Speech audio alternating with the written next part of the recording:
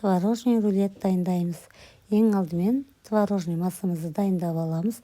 Ол үшін сүзбеміздің үстіне жұмыртқа, қаймақ, кукурузный крахмал және секер салып, жақсылап миксермен араластырып аламыз. Енді творожный массамызды пергамент қағаз төселген противенің үстіне жақсылап тегістеп орналастырып қоямыз. Енді қамырын дайындаймыз. Ол үшін жұмыртқа мен секерді жақсылап миксермен 2 есе көпіргенше ағартып араластырамыз. Үстіне қаймақ саламыз, араластырамыз. ұн, какао және қосқыш салып, тағы да миксермен араластырып, қамырымызды дайын творожный массамыздың үстіне салып, орналастырып, тегістеп жағып шығамыз. 180 градуста қызып тұрған пеште шамамен 20-25 минут пісіріп аламыз.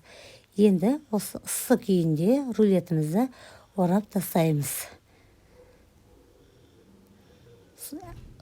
Суығанша тоңазытқышқа қойып қоямыз. Әбден суығаннан соң үстіне шоколадный глазур немесе секер ұнтағын сеуіп әсемдеуге болады.